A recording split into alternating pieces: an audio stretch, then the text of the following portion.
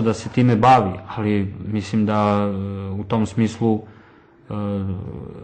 se osjeća ta jedna praznina da se on osnovnim tim nekim glavnim političkim temama nije bavio u skorije vreme.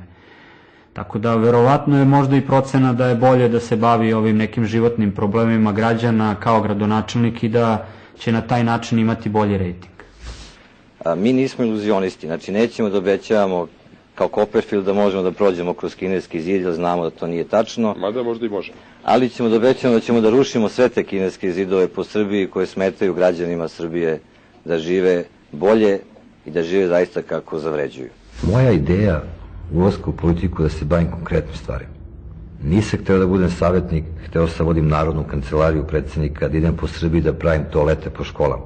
I smejali su mi se, odmah da vam kažem, kao ovaj pravi toalet. A ja tvrdim da priča u Evropi, dok deca idu u poljski WC, nema. Dok gaze blato, nema. I mene to ispunjavalo. Ja sam se bavio time. Iako se trudi da sebe predstavi kao beskompromisnog političara, čini se da je lako prihvatio koaliciju koju njegova stranka sklopila sa socijalistima, čiji je bio žestoki protivnik. Pa nisam pod ruku s Miloševićem, mislim.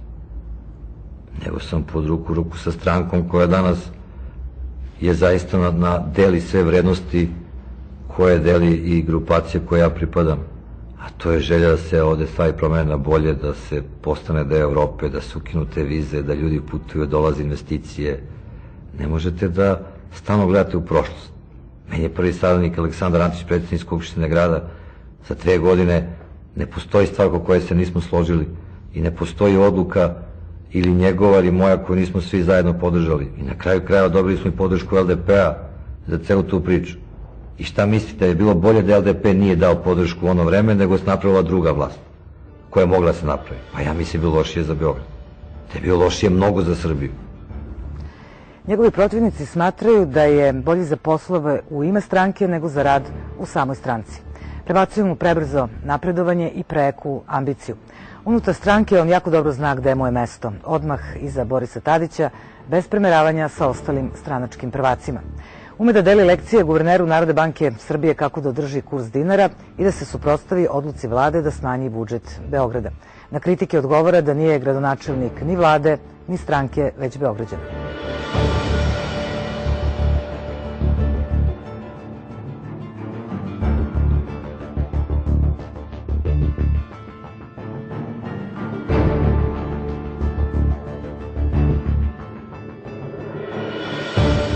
Bez toga da Boris Tadić kao predsjednik države nije smatrao da ja treba da budem gradonačelnik Beograda, ja ne bi bio, to je tačno. Niko od nas na kraju krajeva koji smo na nekoj funkciji ne bi i bez podrške svoje stranke došao na to mesto. Ali danom kad postanem to, onda moja stranka ima od mene korist tako što će neko da kaže je baš je dobar ovaj Đilas kao gradonačelnik, pa ćemo glasati i za Demokratsku stranku. A ne da mi stranka određuje šta ću ja da radim i šta neću da radim. Kao predsjednik Beogradskih demokrata u januaru 2007. podneo je ostavku zbog izbornog poraza od radikala. Prozivan je i unutar same stranke, ali se nekoliko meseci kasnije ponovo kandidovao na isto mesto i dobio podršku partije. Od kako je izabran za gradonačelnika pokazalo se da je mnogo energičniji nego što su mnogi u početku verovali. Sa istom žustrinom pravi i vrtiće i mostove. Sam lično sklanja nepropisno parkirane automobile i planira izgradnju metroa. Čovjek koji u svojoj kancelariji više stoji nego što sedi, mislim, on vrlo malo vremena provede u svojoj fotelji. Čovjek koji je stalno u pokretu, čovjek koji voli teren, koji voli brze razgovore, brza rešenja, brza objašnjenja. On funkcioniše na isti način kao kada je vodio kompaniju koja ima 15 ljudi, ja. I uglavnom to liderstvo funkcioniše na isti način i sa 15 ljudi i sa 2 miliona ljudi. Mislim, tako da mislim da on pokušava da na sličan način vodi i grad, kao jednu kompaniju. To nije načelno loš pristup. Kad je Dragan Đilas postao gradonačelnik, svima ovde u gradskoj upravi su manje plate, manje privilegije, a radno mesto je manje sigurno i zahtevi su mnogo veći. Dragan Đilas se izuzetno slabo pojavljuje, gotovo nikako u Skupštini grada. Znači, od njegovog izbora u avgustu 2008. godine, pa evo sve do danas ja na prste mogu da prebrojim njegovo pojavljivanje u Skupštini. Postoji jedan strah kod njega, očigledno, ja ne znam kako to drugačije da nazovem, da prisustuje Skupštini grada, da razgovara sa odbornicima, da polemiše sa odbornicima o određenim važnim temama.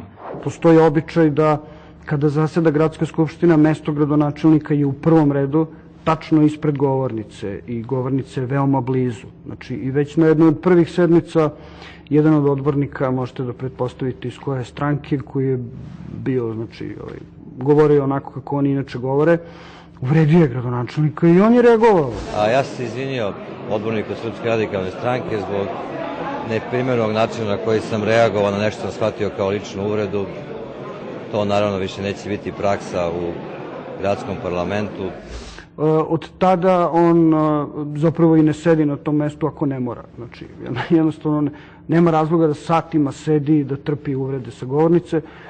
Ne znam da li održava kolegijume, bar ono koliko sam ja informisan, sa direktorima, sa sekretarima, kako to funkcioniše. Kad sam ja bio u gradu kao član gradskog veća, mi smo jednom nedeljno imali kolegijume i gradonačelnik i članovi veća sa svim sekretarima, zamenicima sekretara, bili su to razgovori bar jednom mesečno sa direktorima preduzeća. Predsednici opština su takođe imali sastanke sa gradonačelnikom. Ja nisam primetio, bar iz izveštaja iz medija, da on te sastanke redovno održava. On jednostavno nametne takav način rada da kod njega sastanci jednostavno traju kratko. Znači, mora da se govori vrlo konkretno i da se donesu konkretni zaključci i da sastanak ima smisla. I to je jedan od razloga zašto ne voli da sedi na sednicama gradske skupštine i da sluša celodnevne, višesatne, besmislene rasprave.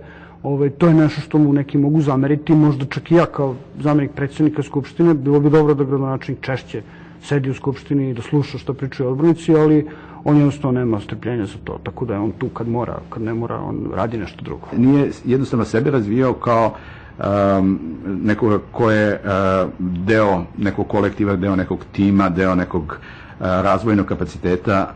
On je bio lider i dalje je lider i postoje nekakvi timovi koji će ili neće izvršiti njegovu zamisao, njegovu viziju i njegovu ideju. Dakle, ovo je, jako je teško spojiti te dve stvari, znači tu vrstu prirode koju on ima i učenje diplomatiji, pregovorima, dogovorima i tako dalje.